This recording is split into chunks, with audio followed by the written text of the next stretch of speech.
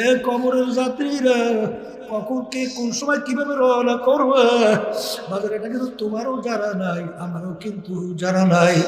বাজার আমার আব্বাজান রহমাতুল্লাহ আলাইহি এই কোরআন শিক্ষা বোর্ড প্রতিষ্ঠিত করছিলেন। আব্বাজান রহমাতুল্লাহ আলাইহি চোখের উপরে বসা, আমি সামনে নিচে বৈশা কথা বলি, আব্বাজান রহমাতুল্লাহ আলাইহি বৈশা বৈশা মহাপ্রভুর অবস্থা জানে। হঠাৎ দেখি সামনে একটা বসা অবস্থায় হাত রাখলো, আস্তে চক্ষু দুটা বন্ধ করে জবান চালু হয়ে গেল।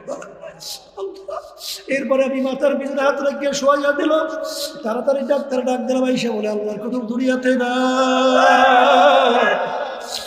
কবরের যাত্রীরা কে কোন সময় কিভাবে রওনা করবো এটা তো তোমারও জানা নাই, আমারও কিন্তু জানা নাই। বাজার কবরের ভিতরে নাফরমান কেমন অবস্থায় থাকবে?